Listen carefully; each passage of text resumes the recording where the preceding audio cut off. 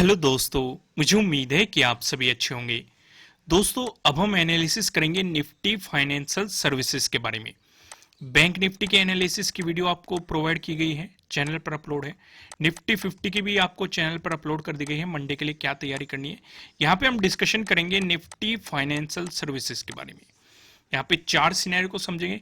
अगर flat open होकर positive momentum आया, या फ्लैट ओपन होकर नेगेटिव मोमेंटम आया, गैप अप ओपनिंग आई या गैप डाउन ओपनिंग आई, इन चारों चीजों को हम डिटेल में डिस्कस करेंगे। साइडवेज मार्केट को हमें छेड़ना नहीं होता, ये चीज हमें पहले से ही पता है।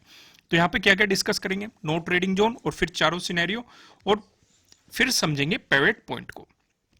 लेकिन आज मैं आपके साथ एक और टॉपिक डिस्कस कर लेता हूं। काफी लोगों को प्रॉब्लम आ रही है कि स्टॉप लॉस किस तरीके से लगाना चाहिए, कहां लगाना चाहिए, आपका एसएल कहां पे लगा होना चाहिए, इस चीज का हम डिस्कशन करते हैं। सुनील जी ने कोर्स लिया हुआ है, उन्होंने डाउट पूछा है कि उन्हें स्टॉप लॉस लगाने में काफी प्रॉब्लम आ रही है। जिस तरीके से हमने कोर्स में बताया, कोर्स में एंट्री बताई गई है, स्टॉप लॉस बताया गया, टारगेट बताया गया। जिन लोगों ने कोर्स नहीं लिया वो फ्री ऑफ कॉस्ट इस चीज को समझ लो, काफी बेहतरीन चीज समझाऊंगा, ध्यान से समझना। अब स्टॉप लॉस लगाने के कई तरीके होते हैं। पहला तरीका, कुछ लोगों का सिर्फ टारगेट होता है कि भाई वो 1% लॉस लेने के लिए तैयार है या 2% लॉस लेने के लिए तैयार है। जैसे ही उनका 2% लॉस होता है, 2% से ज्यादा होने लगता है, वे एग्जिट हो जाते हैं। ठीक है, लेकिन हमने कोर्स में ऐसा नहीं बताया। दूसरा तरीका, कुछ लोग सिंपल सिंपल सा टारगेट रखते हैं कि मैं केवल 20 पॉइंट्स का लॉस ले सकता हूं, या 50 पॉइंट का लॉस लूंगा, या 100 पॉइंट का लॉस लूंगा। कुछ लोग परसेंटेज से खेलते हैं, कुछ लोग पॉइंट से खेलते हैं कि मैं इतने पॉइंट्स का लॉस ले सकता हूं, अगर इतने पॉइंट्स में मेरा लॉस जा रहा है तो मैं एसएल हिट करके मार्केट से निकल जाऊंगा।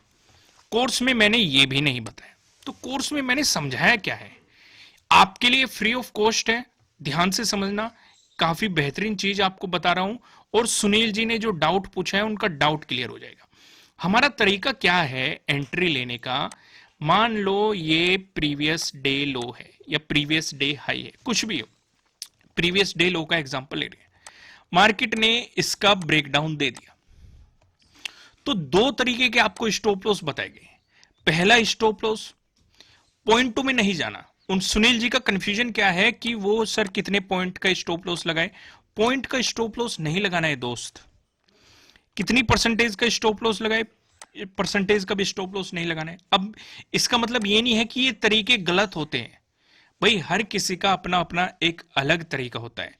लेकिन मैं आपको यहां पे वो चीज समझा रहा हूं जो मैंने कोर्स में समझाई हुई है, ध्यान से समझना। दो जगह आपको स्टॉप लॉस लगाने के लिए बताया गया है। पहला, आपको प्रीवियस डे लो के ऊपर ही लगाया गया है। अगर आप प्रीवियस डे हाई की बात कर रहे हैं, अगर इसका ब्रेकआउट मिल रहा है तो इसके लो के नीचे लगाने के लिए बताया गया है। पहले तो सिंपल आपको पॉइंट देखने ही नहीं है कि भाई यहां पे 10 पॉइंट है या 20 पॉइंट है या 50 पॉइंट है, क्योंकि एक स्ट्रेटेजी बनाई गई है, एक तरीका बताया गया है कि आपको कहां पे बस जगह बता दी गई, वहां पे पॉइंट नहीं देखने। पॉइंट क्यों नहीं देखने, क्योंकि जो आपको टारगेट बताया गया है वो 2x SL है, यानी कि जितने का आपका SL लग रहा है तो आपको रिस्क रिवॉर्ड उसी हिसाब से समझाया गया है। समझ रहे हो ना, तो यहां पे पॉइंट का खेल है ही नहीं। दूसरा तरीका आपको क्या बताया गया है, जिस कैंडल ने ब्रेकआउट या ब्रेक डाउन दिया है उसके हाई के ऊपर आप स्टॉप लॉस लगा के चलेंगे। दो ही जगह तो आपको स्टॉप लॉस बताया गया है। देखो लॉजिक को समझना, मैं लॉजिक क्या समझाने की कोशिश कर रहा हूं। अगर कैंडल ज्यादा बड़ी है, मान लो इतनी बड़ी आपको कैंडल दिखाई दे रही है, तो हाई के ऊपर लगाने का मतलब ही नहीं मिलता। आप उसे उठा के, आपको बताया गया है कि आप वहीं पे लगा दो जहां पे आपकी एंट्री पॉइंट बन रहा है, उसी लाइन के आप ऊपर लगा दो। तो यहां पे पॉइंट का खेल है ही नहीं। समझ रहे हो ना सुनील जी, आपका कंफ्यूजन क्लियर हो रहा होगा यहां पे कि स्टॉप लॉस हमें कहां लगाना है, इसमें पॉइंट का खेल नहीं है।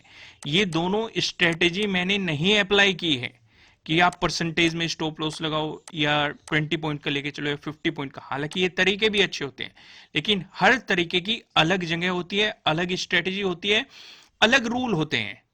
तो मैंने आपको ये वाला रूल जो समझाया है कोर्स में, आपको इसके अकॉर्डिंग आपका डाउट क्लियर हो गया होगा। आपको पॉइंट सोच के नहीं चलने हैं कि कितने पॉइंट का स्टॉप लॉस लग रहा है, बस आपको स्ट्रेटेजी पे फॉलो करना है।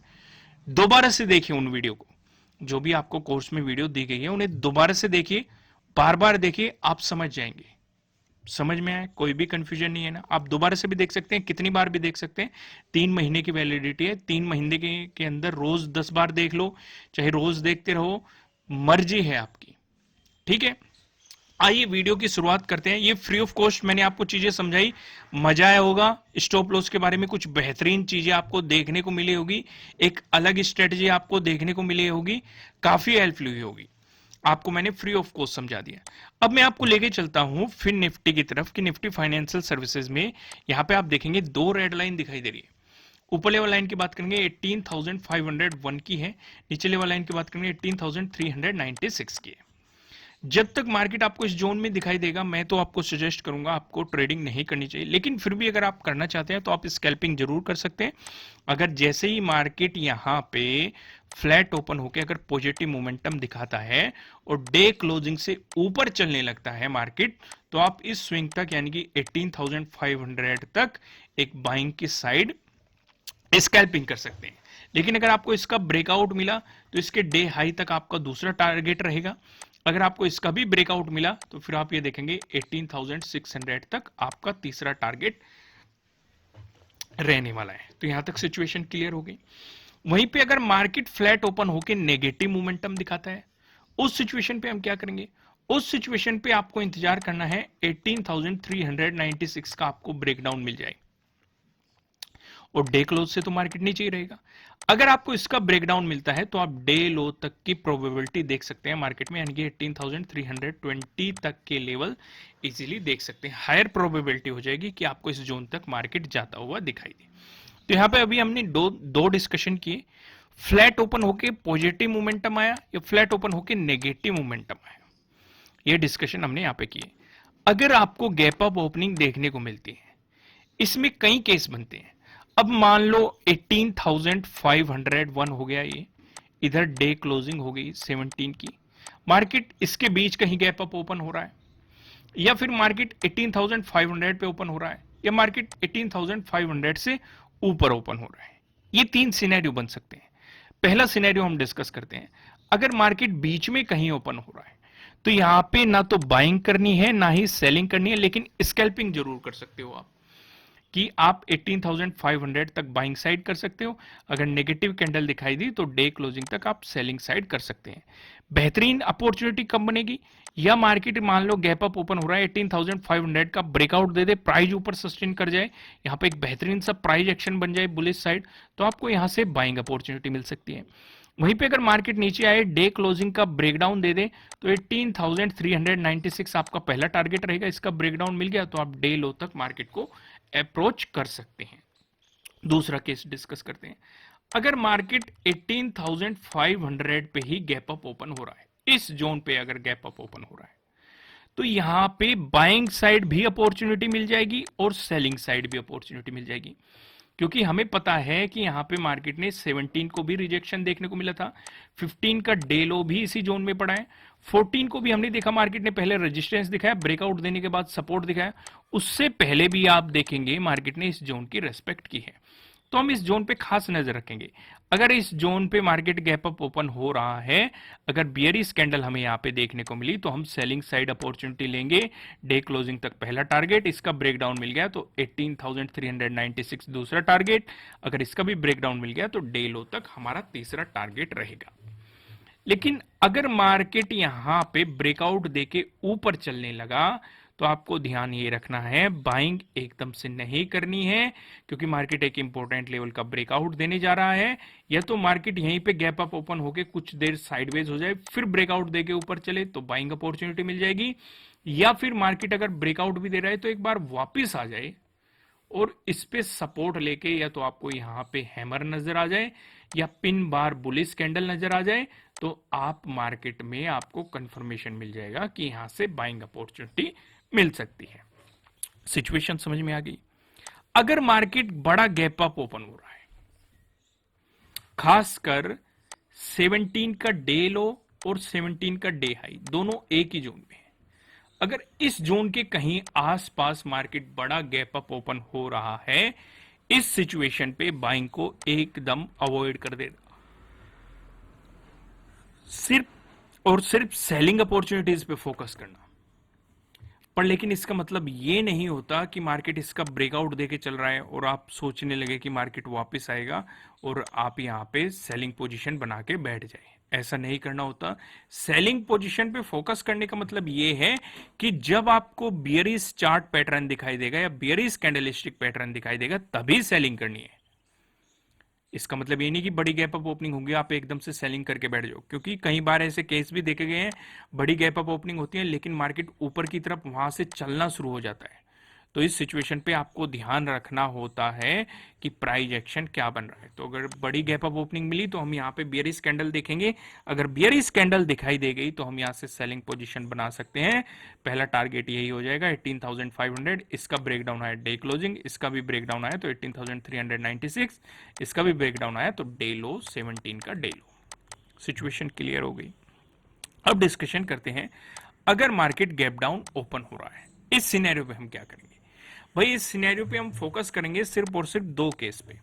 पहला केस, मार्केट ओपन हो रहा है इस जोन पे 18,396 के अराउंड, यानी कि मोटा मोटा 18,400 के around market gap up open हो रहा है। तो यहां पे अगर बियरिश कैंडल दिखाई दी तो हम तुरंत सेलिंग कर लेंगे, टारगेट हो जाएगा हमारा डे लो तक। लेकिन अगर बुलिश कैंडल दिखाई दी तो बाइंग मत करना, क्योंकि ऊपरी डे क्लोजिंग नजदीक है, ऊपर की तरफ ये एक रेजिस्टेंस की तरह एक्ट कर सकता है। लेकिन हम यहाँ पे स्कैल्पिंग जरूर कर सकते हैं डे क्लोजिंग तक। जैसे ही आपको डे क्लोजिंग का ब्रेकआउट मिल जाएगा तो यहां से आपको बाइंग अपॉर्चुनिटी मिल सकती है। 18,500 आपके लिए टारगेट रहेगा। सिचुएशन समझ में आई। दूसरा केस लेते हैं, अगर मार्केट इससे भी नीचे गैप डाउन ओपन हो रहा है, यानी कि 18,400 से नीचे गैप डाउन हो रहा है लेकिन 17 के डे लो से ऊपर गैप डाउन ओपन हो रहा है, यानी कि इस बीच है, तो इस बीच हमें दोनों तरफ अपॉर्चुनिटी मिलेगी। हम इंतजार करेंगे कि मार्केट को पहले 17 के डे लो का ब्रेकडाउन देने दो। जब 17 के डे लो का ब्रेकडाउन मिल जाएगा, प्राइस कुछ देर सस्टेन कर जाएगा, तो यहां से आपको सेलिंग अपॉर्चुनिटी मिल जाएगी। लेकिन अगर मार्केट यहीं पे बुलिश कैंडल दिखाई दी, चलने लगा ऊपर की तरफ, तो आपका पहला टारगेट 18,400, इसका ब्रेकआउट मिल गया तो डे क्लोजिंग आपका दूसरा टारगेट, इसका भी ब्रेकआउट मिल गया तो 18,500 आपके लिए तीसरा टारगेट रहने वाला है। सिचुएशन क्लियर हो गई। सुनील जी, मैं आपसे एक बात और कहना चाहता हूं, स्टॉप लॉस के बारे में तो मैंने आपको बता दिया, कमेंट करके जरूर बताना जिससे मुझे कंफर्म हो जाए कि आपने वीडियो देख ली है। और एप्लीकेशन में भी जाके आपको मैसेज करना है मुझे, वहां पे चैट का ऑप्शन दिया गया है, वहां पे आपको मुझे मैसेज करना है कि आपका डाउट क्लियर हो गया। ठीक है, अब हम यहाँ पे आते हैं, पिवट पॉइंट का डिस्कशन करते हैं। निफ्टी फाइनेंशियल सर्विसेज में अगर आपको एक पॉजिटिव मोमेंटम देखने को मिला इस सिनेरियो में, जो पहला रेजिस्टेंस नजर आ रहा है 18,501 पे, अगर आपको इसका ब्रेकआउट मिला, जो हमें दूसरा रेजिस्टेंस नजर आ रहा है 18,547, अगर आपको इसका भी ब्रेकआउट मिला, जो हमें तीसरा रेजिस्टेंस दिखाई दे रहा है 18,597 पे, आपको यहाँ पे तीसरा रेजिस्टेंस नजर आ रहा है। वहीं बात करें निफ्टी फाइनेंशियल सर्विसेज में, अगर आपको नेगेटिव मोमेंटम देखने को मिला इस सिचुएशन पे, जो हमें पहला सपोर्ट नजर आ रहा है 18,352 पे नजर आ रहा है, अगर आपको इसका ब्रेकडाउन मिल गया, जो हमें दूसरा सपोर्ट नजर आ रहा है, दूसरा सपोर्ट बताने से पहले मैं आपको बता दूं, आपके लिए किसी भी तरह का ना तो कोई बाय रिकमेंडेशन है ना ही कोई सेलिंग रिकमेंडेशन है, ये जस्ट एजुकेशनल पर्पज से बनाई गई एनालिसिस वीडियो है। इन्वेस्ट करने से पहले आपको अपनी रिसर्च करनी है, अपने इन्वेस्टर की सलाह लेनी है, क्योंकि प्रॉफिट भी आपका होने वाला है, लॉस की जिम्मेदारी भी आपको अपने आप लेनी है। जो यहाँ पे हमें दूसरा सपोर्ट नजर आ रहा है 18,314 पे नजर आ रहा है, अगर आपको इसका ब्रेकडाउन मिलता है, जो हमें तीसरा सपोर्ट नजर आ रहा है 18,238 पे, हमें यहाँ पे तीसरा सपोर्ट देखने के लिए मिल रहा है। दोस्तों इस वीडियो को लाइक कीजिएगा, कमेंट करके मुझे जरूर बताना कि आपको एनालिसिस कैसे लग रहे हैं, आपके लिए कितने हेल्पफुल है। नए हो चैनल पे सब्सक्राइब कीजिएगा और बेल आइकन प्रेस कीजिएगा, जिससे आपको आने वाली वीडियोस की नोटिफिकेशन मिल सकेंगे। फिर मिलेंगे किसी नेक्स्ट वीडियो में किसी अच्छे कंटेंट के साथ। Thank you.